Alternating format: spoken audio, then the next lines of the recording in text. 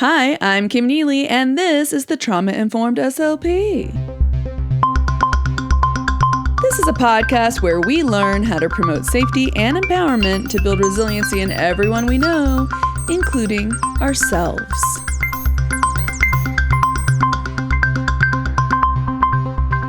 Hey, so this is my response to the Telepathy Tapes. Hey-o. Let me start this off with a little disclaimer, though. Let me tell you what I'm not going to do in this particular episode. I am not going to yuck anyone's yum when it comes to believing in supernatural things, paranormal things. I myself have my own curiosities about those things. I think if this were another, listen, there are a lot of supernatural type podcasts out there. And if this were another one of them that was just exploring potential telepathic connections between family members or close friends, I would be fine with that. Honestly. No question with, that's fine. Be curious about that. That's great. We've all had those weird moments of I haven't seen or heard about this person in forever, but I have this little sense that this one close friend of mine, something's going on, so I want to check in with them, right? We all have those little moments. And it is kind of a mysterious thing that happens, right? And so I would be fine with it if that's what this was exploring. This is not what this podcast is exploring, however. This podcast is exploring telepathic powers in a very specific subset of humanity that is highly vulnerable and highly stigmatized already, and that is non-speaking autistics. They're not talking about potential signs of telepathy throughout humanity. If they were, I would not be making this episode, okay? But because they are talking about non-speaking autistics specifically, that put off a big red flag in my head from a trauma-informed perspective that I feel has to be addressed. If you are someone who listened to the telepathy tapes and is super into it and super believes in it and thinks it's the greatest thing since sliced bread, this is probably not the podcast for you. This is more for people who have a little bit of a skeptical inkling toward it, maybe has a little feeling that perhaps there's some red flags here that they can't quite put their finger on, or people who just outright are like, oh my gosh, what is this about? But I don't really want to listen to it. I'm not really the type of person who comes off very well when I'm presenting critiques to very entrenched beliefs for some people. I come off as very blunt and rather abrasive to those people. So I really do encourage you, if you're one of those people who are super all about this, this is probably not the podcast for you. If you are someone who's a little skeptical, but you know someone who's really into it, give this a listen, because maybe you would be able to bridge that divide. I likely will not be the bridger for that person. So when I heard about the telepathy tapes, I had to go check it out. I saw it on the SLP subreddit, but I've seen it pop up in news articles and things and on other subreddits now. So I felt I needed to say something because there are some very significant red flags from a trauma-informed perspective going on here that I don't see mentioned very often in the speech pathology spaces. Because as speech pathologists, we tend to hook onto the communication that is being talked about. And in my YouTube video on this topic, I did go fairly hard on the communication methodologies that they are promoting in this, but that was more because it's YouTube and not a lot of people know about augmentative alternative communication devices and methods of teaching it and things like that. So I wanted to go a little bit into that. I felt like it would be remiss not to do some level of education on that. I'm going to be lighter on that on this particular episode because this episode is intended to be more for professionals who work with disabled people or family members of disabled people or disabled people themselves, friends of disabled people. If you're a caregiver, if you're a guardian, there is a really big red flag here that we're going to have to unpack. So, the outline for this video, I've been recording videos way too often. Okay. The outline for this episode is we're going to go over who the people are who are kind of behind this podcast, just in general, and the concepts presented. That is going to bleed into this issue with a certain flavor of dehumanization, a certain flavor of objectification of disabled people. I'm going to provide counter explanations for what people are seeing for the certain behaviors and stuff they happen to talk about in this podcast. There are other possibilities that they don't tend to present, so I want to present those other possibilities. I will go into a little bit of the issues with the communication methodologies they present, and some of my issues with that are actually not going to come from my SLP brain and my training. Some of it's actually going to come from my neurodivergent thought, so I might end up doing a little bit of an info dump on that. And at the end, I'm also going to conclude it with thinking about playing devil's advocate and what does it actually functionally change? If their claims are true, what does it actually change in the world? Because I want to make some counterpoints to the claims they think, like they have certain ideas of how this is going to change the world. And I have some counterpoints to that as well. So that will be the end there. And then I'll end it with a few actionable items just for people to help increase their own cultural awareness of things and to be a little more vigilant against certain levels of dehumanization. So for the first section, when we look into who is really behind this podcast, I'm going to be pulling pretty heavily from an article by, I believe you pronounce it Zaid Jalani. Apologies if I did not pronounce that correctly, called The Telepathy Tapes Has Close Ties to Vaccine Skeptic Movement.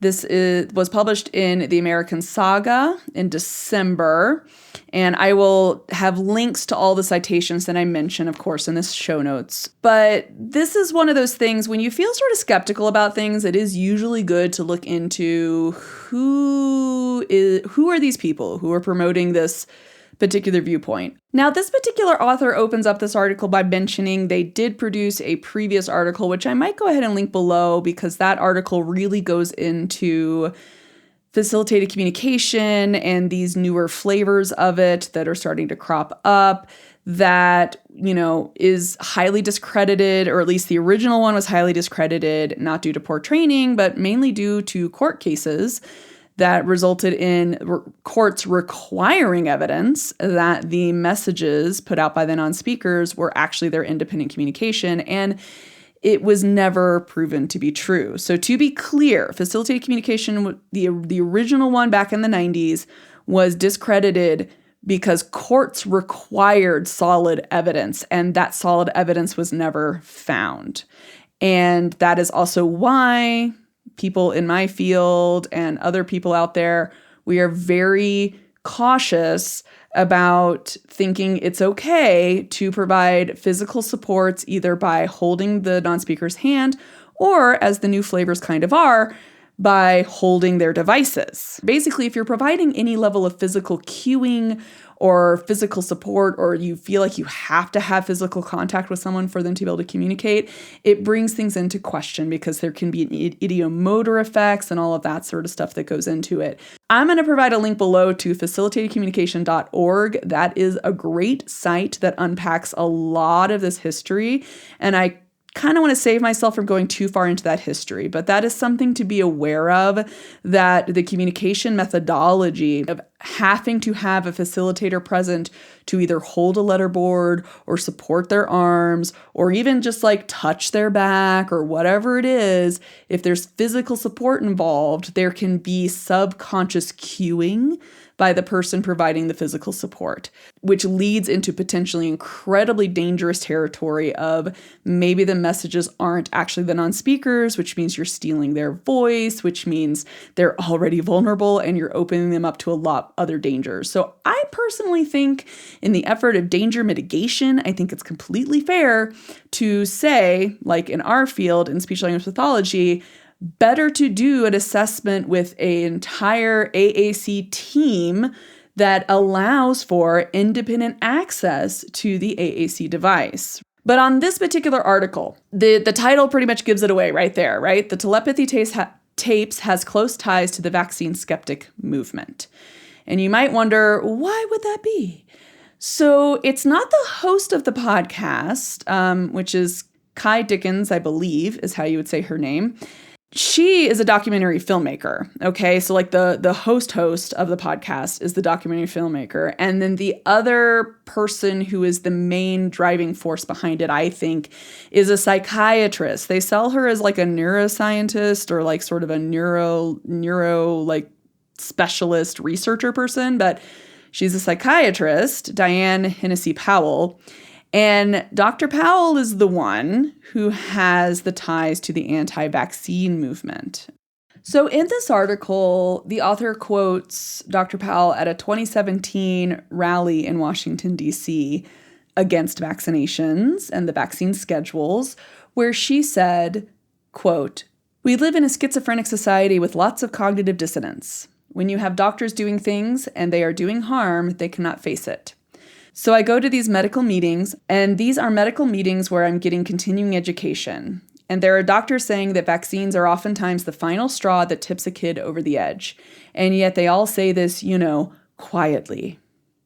So Jelani also interviewed Powell about the telepathy tapes and said that, she came across as seeming very humble and mentioned that there are flaws in the, in the experiments they did and things like that for their first article.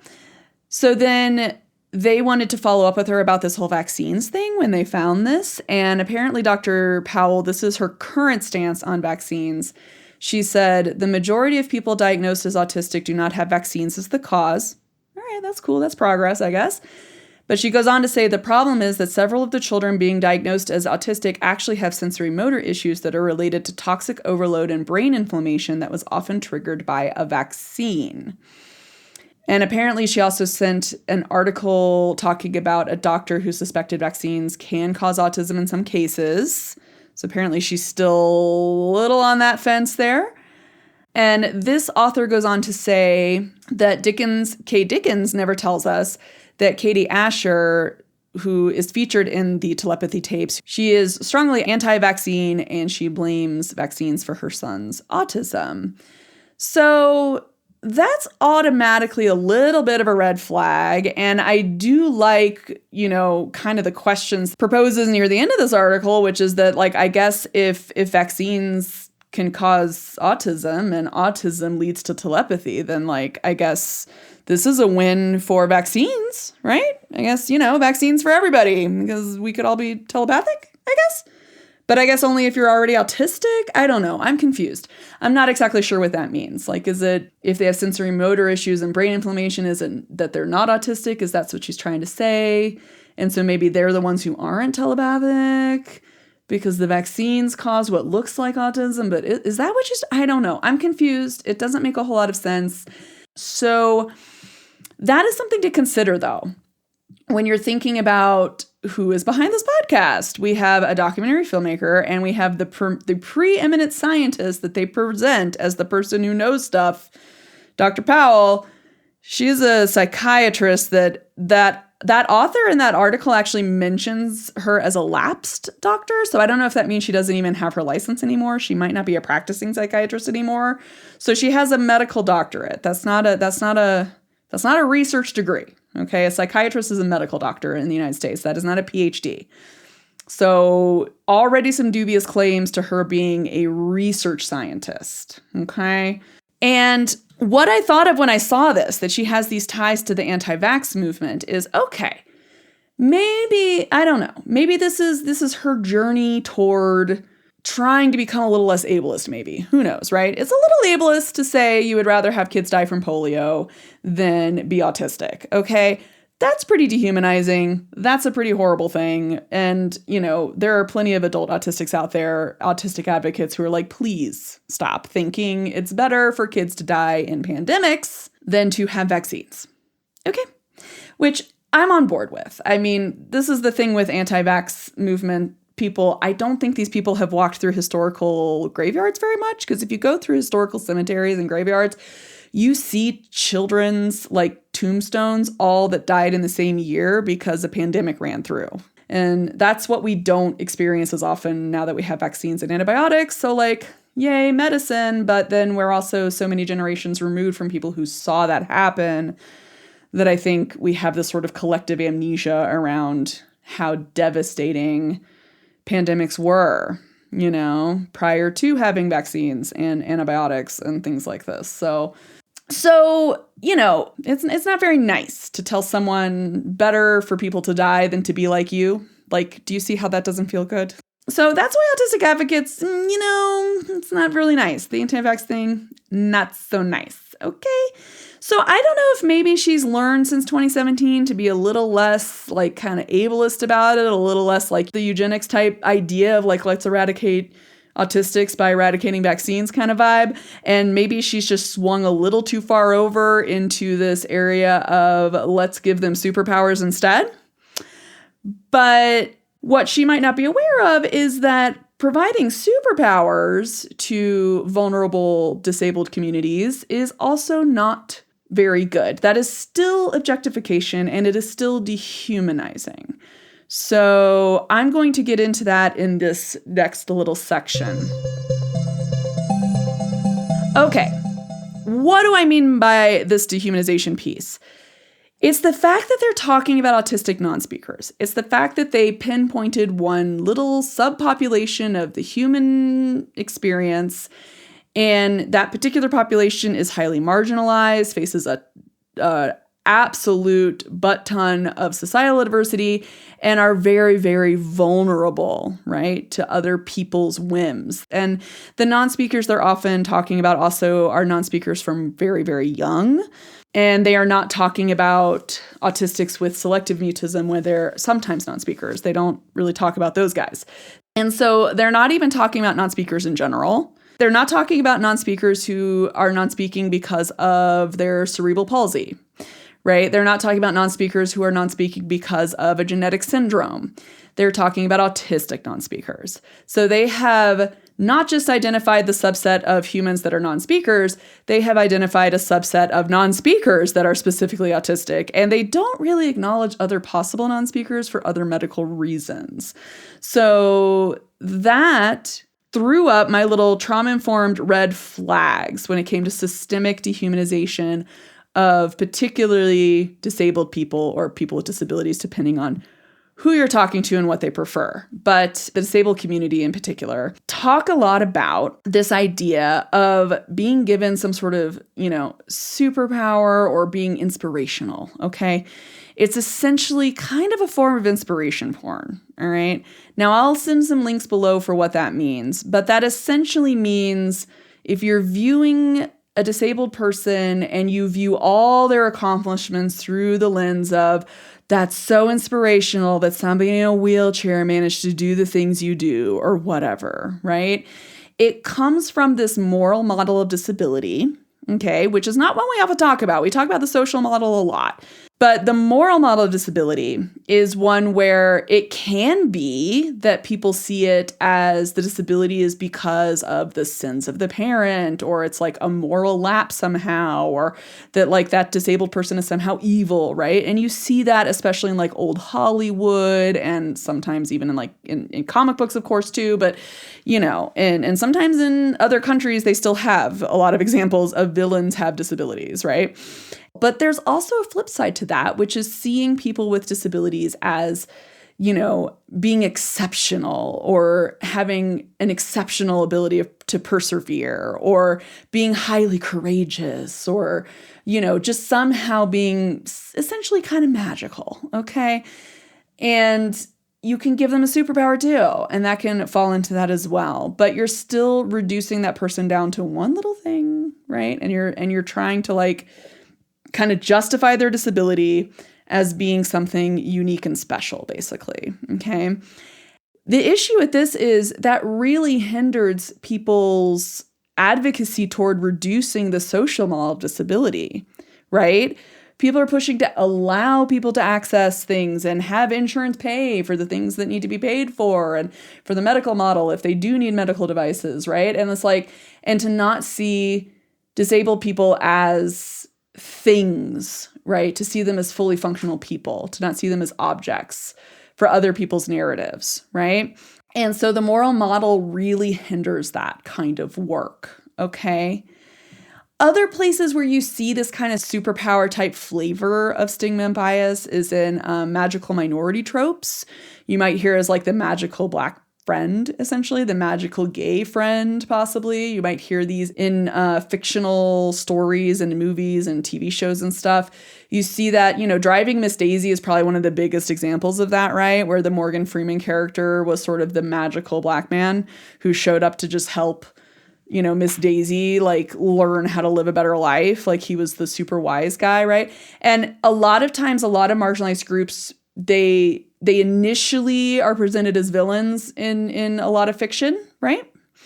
They're presented as like really aggressive or whatever, or they're the villains. And then a lot of times, in order to try to sort of overcome that, there's this like overcompensation or swinging toward making that the people, the characters from that group, magical and inspirational and being the support toward the main character, right? So that's why I'm like, is that what this is? Is this Dr. Powell's like swing toward trying to overcompensate from being like strongly anti-vax to like, maybe these people do have value? And it's like, okay, character growth, I suppose, but there is an argument to be made there. It is still very harmful to objectify a specific group of people and say, no, see, we shouldn't want to eradicate them because they're special.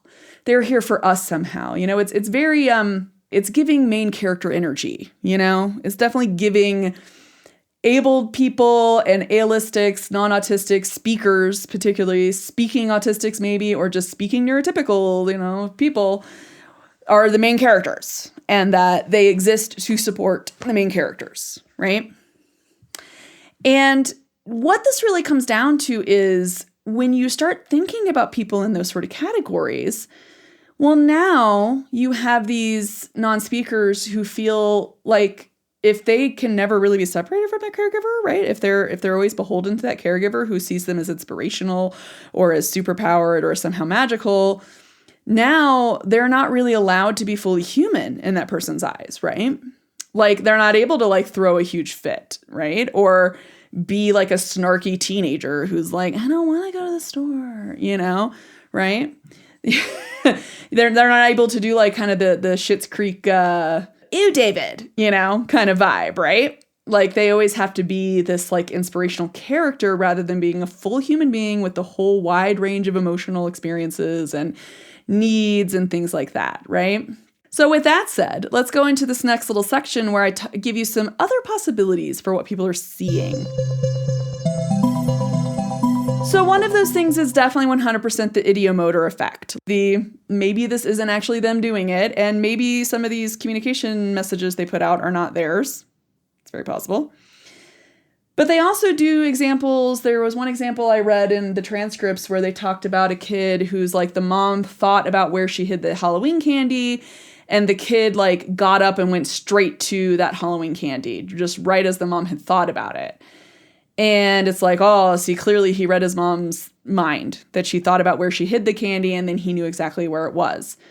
What could possibly explain that? Well, here's the thing. Here's a counter explanation that I was thinking off the top of my head. What if when that mom thought about that, she might have thought, oh, I put the Halloween candy in that one closet over there. Maybe she looked toward that closet, perhaps.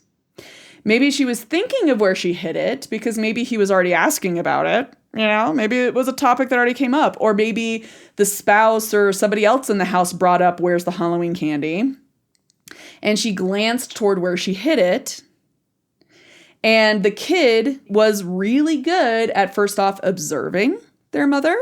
And second off, the pattern recognition of what what the mother's nonverbal gestures, body language, eye gaze, he knew what that meant.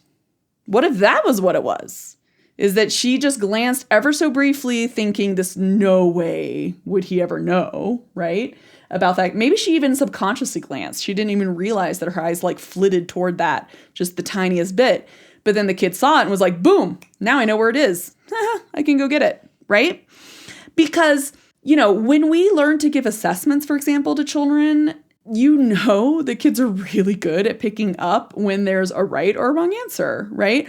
We're taught to try to mitigate that, to try to like kind of control kids predicting whether it's right or wrong, right? We have to be really conscious of what we're doing with our own body and how we're marking down the right and wrong and whether the kid can see the score sheet or not. We have to be careful with that because we know from previous studies and psychological cognitive stuff that, man, kids are good at pattern recognition. They are good at observing. They're good at picking up on tiny little cues that can really give them the answer, right?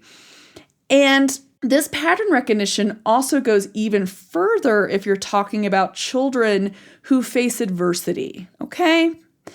Now, I'm not saying these kids face adversity in their home per se. It doesn't even have to be a home thing. But if they face adversity when they go to the park and they want to play on the playground and they hear people talking about them, or they see parents not wanting their speaking children to interact with that, oh, don't look, don't talk to that kid. They're I don't know, something's wrong with them. No, don't talk to them, right? These are non-speaking autistics who likely are very apparent. They are apparently disabled to the world. So going through their life from a young age, they are going to hear, especially if they have intact auditory processing and cognition for understanding, which honestly, most of them understand a whole lot more than we assume they do. If they are understanding that, they're going to notice the stares. They're going to notice the little, don't sit next to them. Shh, no, don't play with them. They're going to notice that.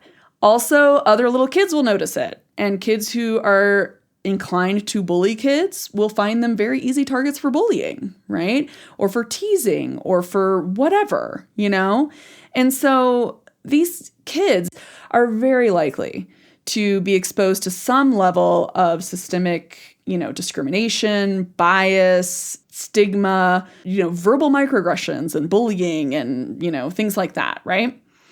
So if you take a kid who is used to experiencing the world through that lens, and they have really good pattern recognition, which quite frankly, we know a fair number of autistics in general have pretty good pattern recognition, they're going to become very observant because we know, and this is from literature more about children who are in homes of addicts, particularly adult children of addicted parents, okay? Studies around that has shown that adults, when they grow into adults, those children, if they grow up in some sort of unpredictable and yet very adverse home environment, they develop an uncanny ability to read the body language of others, to notice really subtle shifts in mood or facial expression before other people would notice, okay? They're highly sensitive to like little micro expression stuff, okay? And the potential explanation for this, or the sort of general theories around this, is that when we're kids, we're dependent on our caregivers for our sense of safety, right? And if we have a caregiver who is unpredictable, like people who are addicted to substances tend to be, then that sense of safety is highly disrupted, right? But in order to try to gain a sense of safety, our brain tries to predict the situation. They try to predict how to please that person. We try to develop a fawn response, essentially. We try to make sure we're pleasing that person to keep ourselves safe.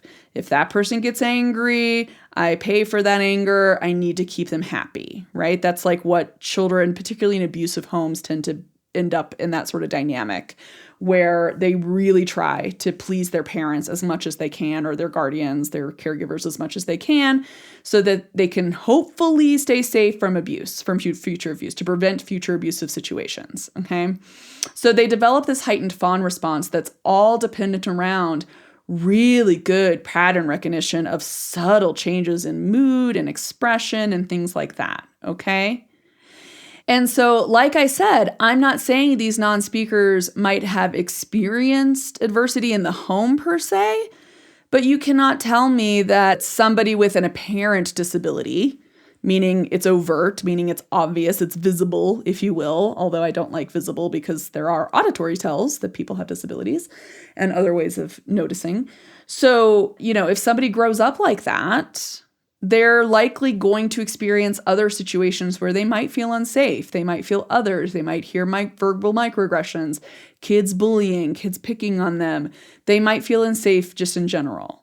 So those kids are very likely to develop pretty darn good pattern recognition, I would say, and perhaps a fairly strong fawn response in the effort to keep other people happy with them so that they're not in danger of potential aggression, microaggressions, perhaps physical, as they call it in school, sometimes very strong physical redirection, for example, where a staff member just, takes their hand and like just kind of drags them across the room, which I don't think that's a very nice thing, but that happens a lot to these kids. So I would argue that, yeah, their brains probably do try to start to figure out how to prevent those sort of situations from happening as much as they possibly can, right?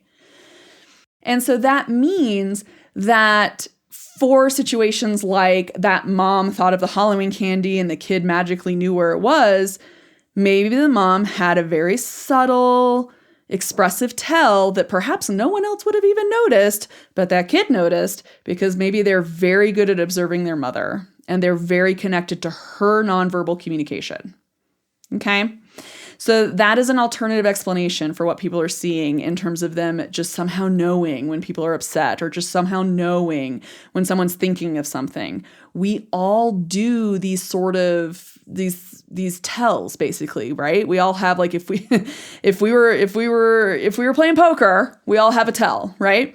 So these kids might just be good at that. And I mean, I personally think it's a more plausible explanation, but also a more human explanation, right? This is something we see that happens in humans who are in adverse conditions.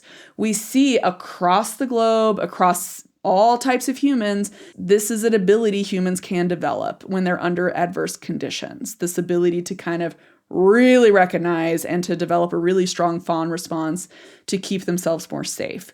We know about that, right?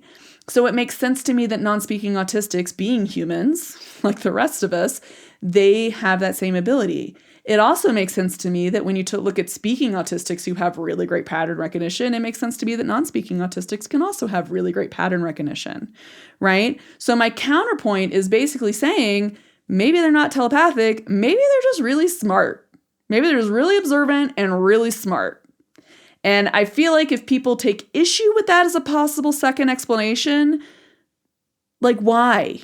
Why is that an issue? What is wrong with me saying these non-speaking autistics might just be really smart? I don't think that should be offensive. You know what I mean? But based off of some of the comments I got on that YouTube video, apparently it is kind of offensive to some. And it's like, why? I really, truly want to know. And I feel like the answer is likely maybe a little bit of their own stigma and bias that they haven't really unpacked very well. You know what I'm saying? So this also brings me to potential motivations around the type of communication we see. Now, in the world of augmentative alternative. I think I got them flipped. Augmentative alternative communication stuff. Communication requires a modality, right? We need, especially if you're going to access expressive language, which is, to be clear, communication is an umbrella term for any messages sent in and out and like understood between different beings, even like my dog and myself, we communicate, right? But language is a formalized version of communication. So language is a very specific type of communication that's under the umbrella of communication, okay? So to access expressive language, if you are a non-speaker, you're going to have to use some sort of either like sign language type thing, but if you don't have the fine motor, that's not going to work very well, right? Or some sort of device like a letterboard or pictures or, maybe typing, writing, or high-tech AAC, where we have what is called speech-generating devices, okay? So that's a modality, all right? The way we teach that, the methodology around teaching it, the best practices, maybe offer a little bit of physical support up front just to learn the motor planning, but you got to withdraw that as fast as possible, and you want the board to stand independent, because we don't want that idiomotor effect or that subconscious effect of like we're actually putting words in their mouth, basically. But the other piece of communication that has to be accessed is the motivation to communicate. And this is where I think a lot of things get sticky with AAC in general, because in my experience, a lot of people don't talk to non-speakers. A lot of people talk about non-speakers as if they're not in the room, especially when they're kids. They go to school and they have staff members having entire conversations, adult conversations about adult topics, as if they can't understand a darn thing. They don't get interacted with very often and talked to very often, but the motivation is important, okay? We get motivated to communicate with people who we feel safe with, who we feel are addressing our needs, who are respecting our boundaries and our needs, right? We're not very motivated to communicate with people when we don't like them, okay? So sometimes, in this podcast, there are kids who try out certain AAC devices and don't make a lot of progress. And sometimes I really wonder, has anyone considered the motivation? Right? What are they motivated to communicate? And is that what is being addressed first? Not just what the adult thinks they should be able to communicate. Are we helping them to communicate something they're motivated to communicate, right? Wants and needs are usually one of the big things, to be able to request certain needs, especially like if you're thirsty and you need some water or something. Like, you want to be able to request certain things. You want to be able to protest, say no to certain things, like please do not grab my hand without telling me to move me, right? Things like that is usually a great thing, that usually people are pretty motivated. I mean, little babies are pretty motivated to tell you when they're uncomfortable because they just cry, right? But there's also motivation to please people, like I said, with the fawn response stuff. So when we're thinking beyond babies, when we're thinking people get older, there is a motivation for some to please people.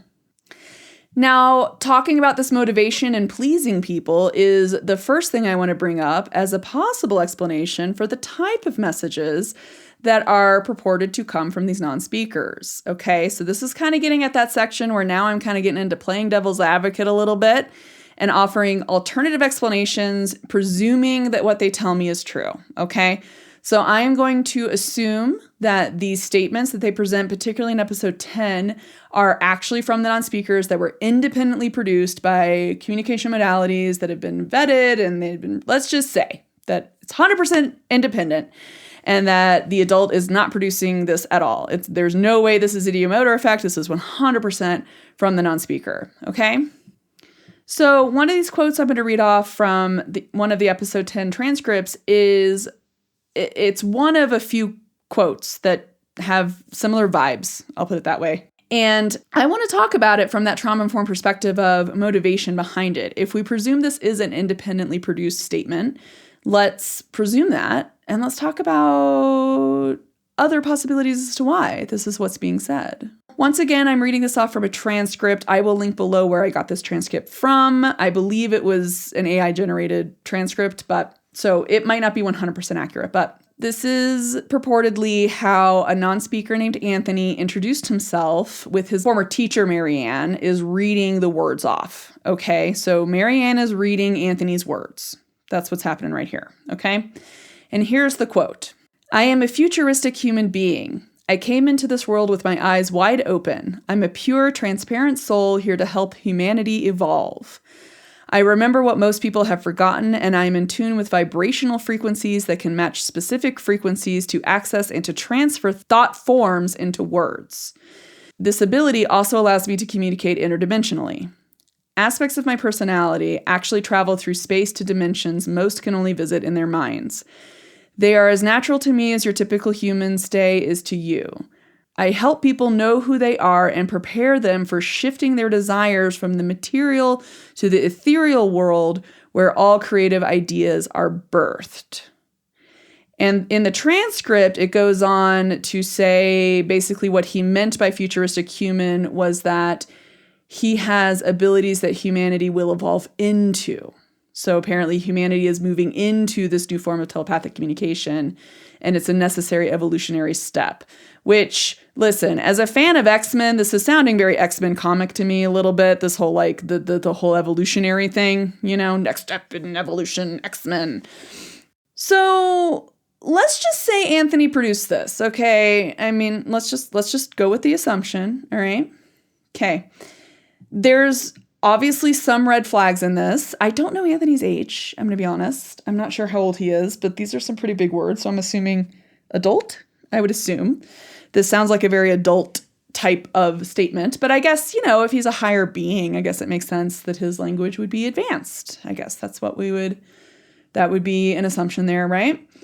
But what's another possibility as to why he is agreeing that he's telepathic and saying that he's this future human, next step in human evolution and all this stuff? I would argue some of that is motivation, right? This is his teacher reading off this quote. This is a person in his life who he sees all the time, who, maybe he wants to please her, right? Maybe there's a fawn response here. Maybe it's I said this once, and maybe some of them are joking.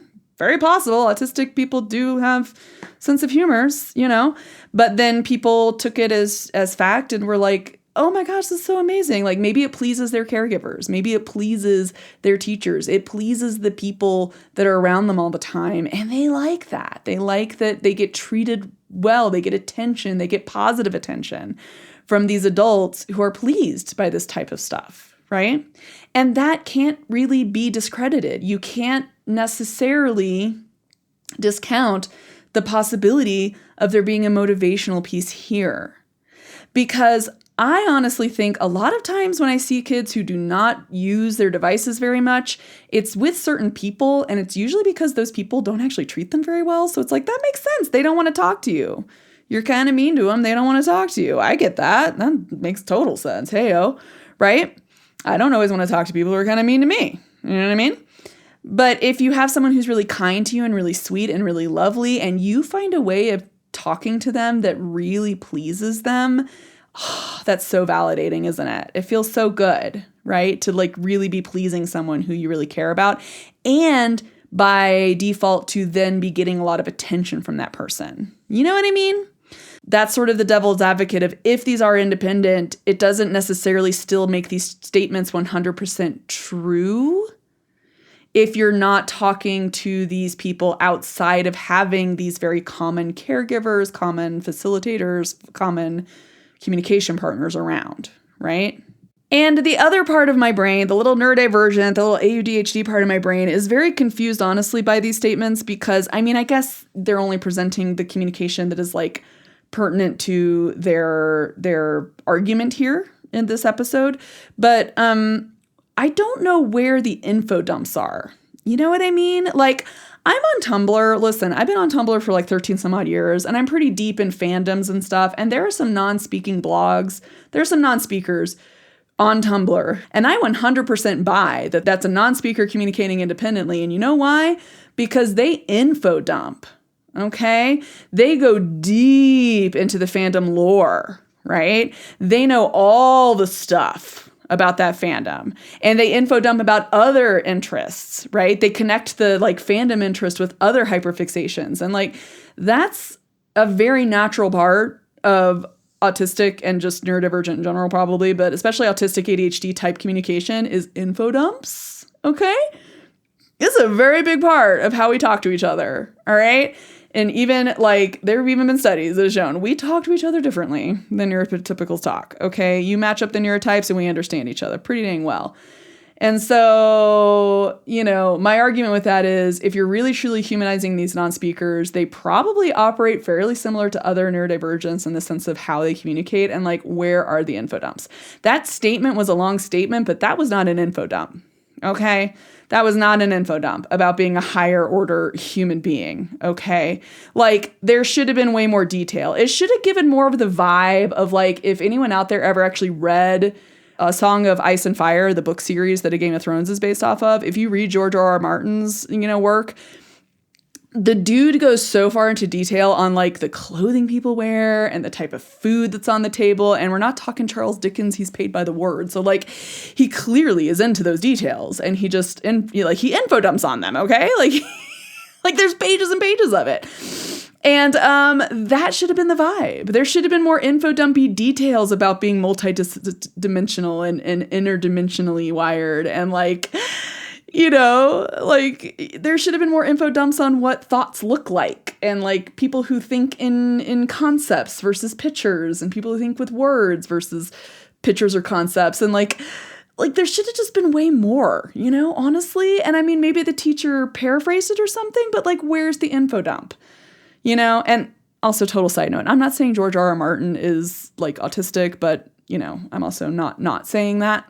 Because I don't have a better explanation for why he puts in like 10 pages at a time on like the food that was at a particular feast or the doublets people were wearing. He gives way more detail than is probably necessary. So yeah, but that's what info dumps be like. They be like, let me give you a lot more specifics than are necessary. You know what I mean? So like either the teacher paraphrased this or I'm not 100% sold that an autistic actually was telling me about their supernatural abilities because I would expect a lot more info dumping about this.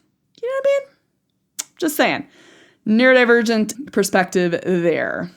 Oh, also, relative to that info dump idea, also, you have to realize info dumps don't take the organization of like a 5-point essay, you know? It's not like we organize them really well. It's like, that also makes me think of this, and then that makes me think of that, and then that connects to that because of this, and then, and actually, you know what I was just thinking about? This is another thing. Like, it's more like that. It's more like a listicle, but also with diverging connections and like kind of funneling around to the original thought, you know, like that's how it goes. The organization should not have been so, I would say, neurotypical with like a very clear beginning and end. It should have been a little more funnily. So the other like devil's advocate thing I want to play is that throughout a lot of these episodes, from what I saw on the transcripts that I read, a lot of it was talking about how if people could accept the telepathy, then it would really reduce stigma and it would like change the world and change society.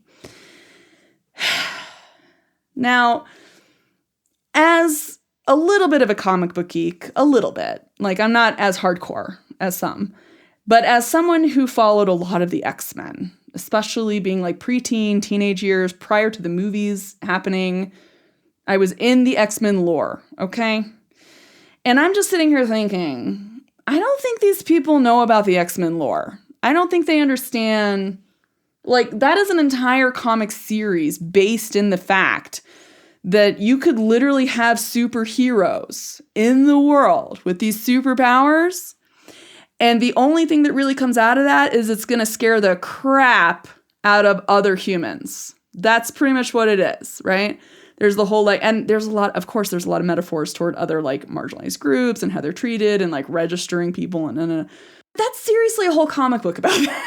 And that's what I have to say. Like, listen, with the telepathy aspects here, if these non-speakers are telepathic, even if they can only read the minds of people they feel love towards, there's still issues here with like privacy concerns, right?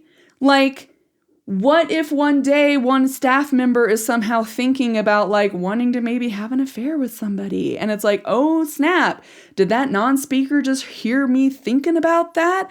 Oh no, what if he tells everybody? Then I'm over here thirsting for this person who's not my spouse. You know what I mean? Like, potential issues there. And that's the kind of stuff that freaks people out. That's the kind of stuff, like, I don't think it's going to reduce stigma. I think it's going to make people a little more freaked out. Let's be true about this, okay? Let's face the facts. Knowing someone could read your mind, does that idea freak you out or not? Because to me, sometimes I'm thinking, oh, that'd be kind of cool. And there are other times I'm thinking, I am so glad people cannot hear my thoughts right now. This is good. I'm glad that those thoughts are my thoughts and I just can keep my mouth shut about them. You know what I mean? So, privacy concerns. Also, total side note, that also brings in privacy concerns across the board for non-speakers. By the way, I was reading this one great blog post on Tumblr actually from a non-speaker about how even with high-tech devices, it's like they don't always feel they have a right to privacy because their devices record what they're saying. You know, kind of like as if you were texting every single word you say, there's always like a written record of what you're saying. And that's also kind of an issue with like these, this kind of facilitated-esque communication type of modalities where you always have to have someone with physical support. There's no right to privacy. They're never able to communicate in private, you know? They're not able to just log on online and like connect to a community that's like outside of that caregiver. You know what I mean? So that's also another like kind of ethical thing about this that doesn't often get considered because we don't often consider non-speakers' need to privacy the way the rest of us need it because we tend to dehumanize them a bit and not think about that. You know what I mean? And then that also brings me to my last point of the kind of, you know, what if this is true? My other question is, like, what does it actually functionally change, like, in the day-to-day life of these non-speakers? Like, I guess if they are telepathic, maybe there's increased communication between them and their caregivers with the whole love connection or whatever. But it still doesn't really change their need for an independent communication modality that allows them a right to privacy, that allows them to open up more close connected to relationships to adults who are not trained in the communication facilitation stuff that they use, right? Like, they still need independent access like that. And they still need to be able to communicate with just like strangers if they're going to get around the city, or if they're going to run into a restaurant and like grab some food or something. And like, they need a way to do that, because humans don't communicate telepathically just in general throughout our day, right? So it doesn't really change the need for independent access to communication.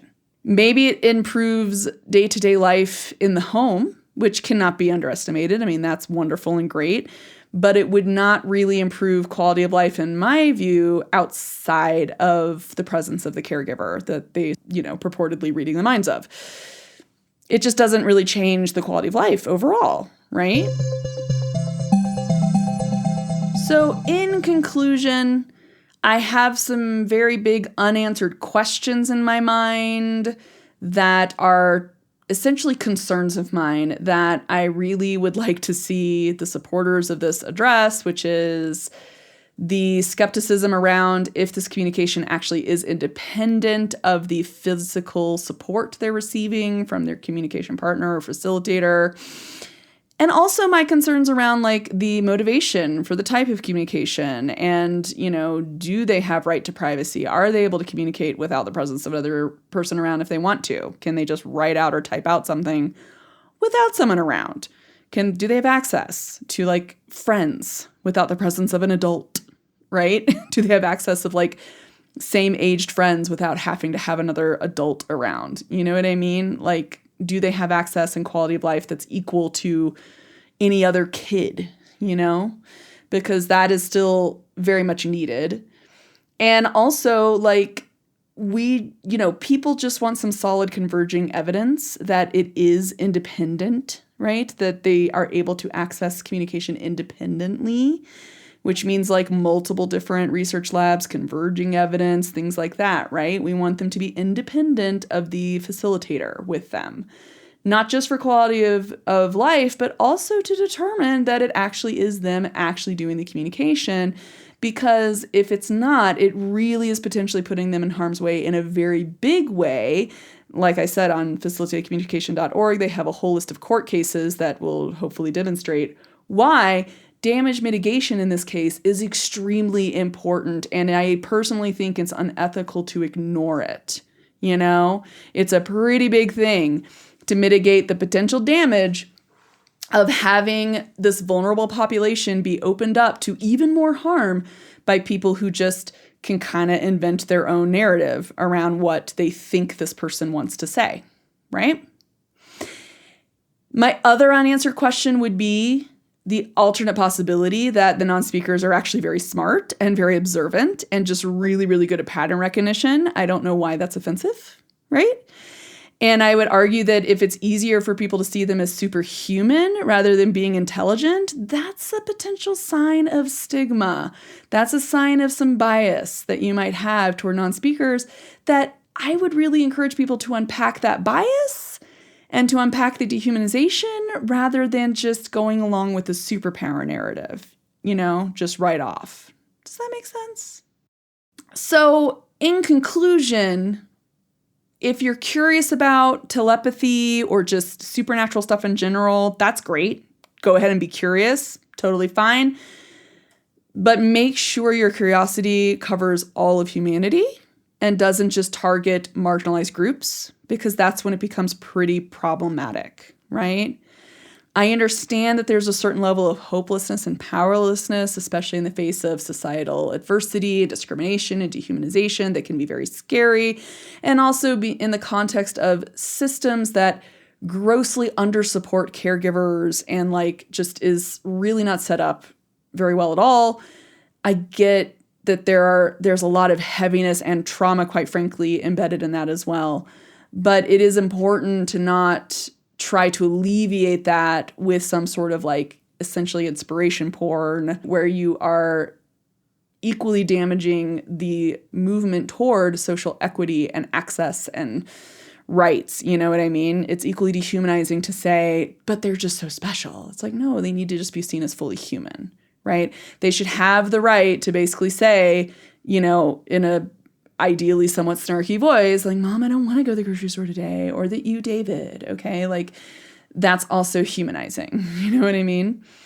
I also want to encourage people to realize that non-speaking and autistic is not like a synonym, okay? Not all non-speakers are autistic.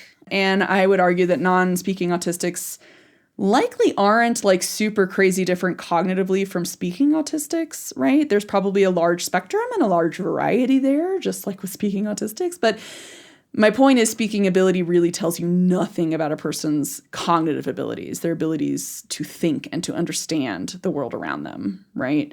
So like we should be comfortable saying if there is an Einstein in the speaking world, we should be comfortable saying there's an Einstein in the non-speaking world, very likely. And similar, there, you know, if there's, you know, kind of like the Jason Mendoza character for Good Place, kind of that himbo. I don't know if you know the term himbo, but from online. A himbo is somebody who is pure of heart but dumb of ass. That is the given internet definition of himbo. Usually a guy, usually a male character who is pure of heart but dumb of ass. I think Chris Hemsworth, essentially like in the female Ghostbusters reboot, Chris Hemsworth kind of played a himbo, right? Like if you have those kind of people in existence in the speaking world, they also probably exist in the non-speaking world too. You know what I mean? If you have stand-up comics in the speaking world, you probably would have stand-up comics in the non-speaking world. You know what I mean? So that's my main actionable item, is to test yourself a bit for that dehumanizing rhetoric. So if you can't imagine a non-speaker being a certain type of human or having a certain type of personality or having a certain type of intellect and ability in that area, that's a red flag. And conversely, if you want to think that they have or are so incredibly enlightened that you can't imagine them saying something like, "Ugh, Mom, I don't want to," right? Then that's also a red flag. You know, fully human means the full context, having access to the full range of human emotion, the frustration, the annoyance, being annoyed with puberty, having crushes, like all of it, right? Having sexual desires also, which is something that most people don't even really think about. The more significant this ability, the less people think of them as actually having like sexual interests and sexual desires. So that's a whole nother thing, which there are some advocates out there now coming out about, which is great. But yeah, that's a whole different topic, I think, for a different day. But nonetheless, for all caregivers and professionals who work with any autistics, non-speaking or otherwise, really keeping an eye out for this kind of magical disability trope thing is important to acknowledge and to look at, because it is a potentially very damaging rhetoric that I think we all need to know about so we can increase our cultural awareness and the cultural humility around the disabled community, and also make us better allies and better able to help advocate for equity and inclusion in all spaces. Okay? All right. That was fairly heavy, but with all that said, I hope you guys have a great couple of weeks. I am actually working on finishing up my last burnout series, which is the neurodivergent burnout episode, where I bring up a bit of my own experience with it, and also ties into my next series that I'm still working on and that I hope to get going on, but the scripting is taking a while because it is on systemic oppression, which is a pretty heavy topic. So I will get going on that, but that will be the next bit. And this is essentially, this episode itself is kind of a bit of a preview toward that idea. But with all of that said, I really do hope you have a good couple of weeks or so. Hang in there. I know it's tough right now, but you take care of yourself, ground yourself, don't feel guilty for sometimes just needing to turn off the news and like just chilling and doing a little self-care, and like, you know, that's okay. It's important to regulate, process the emotions so that we hopefully don't burn out too much. And take care of yourselves, and I will catch you guys later next time.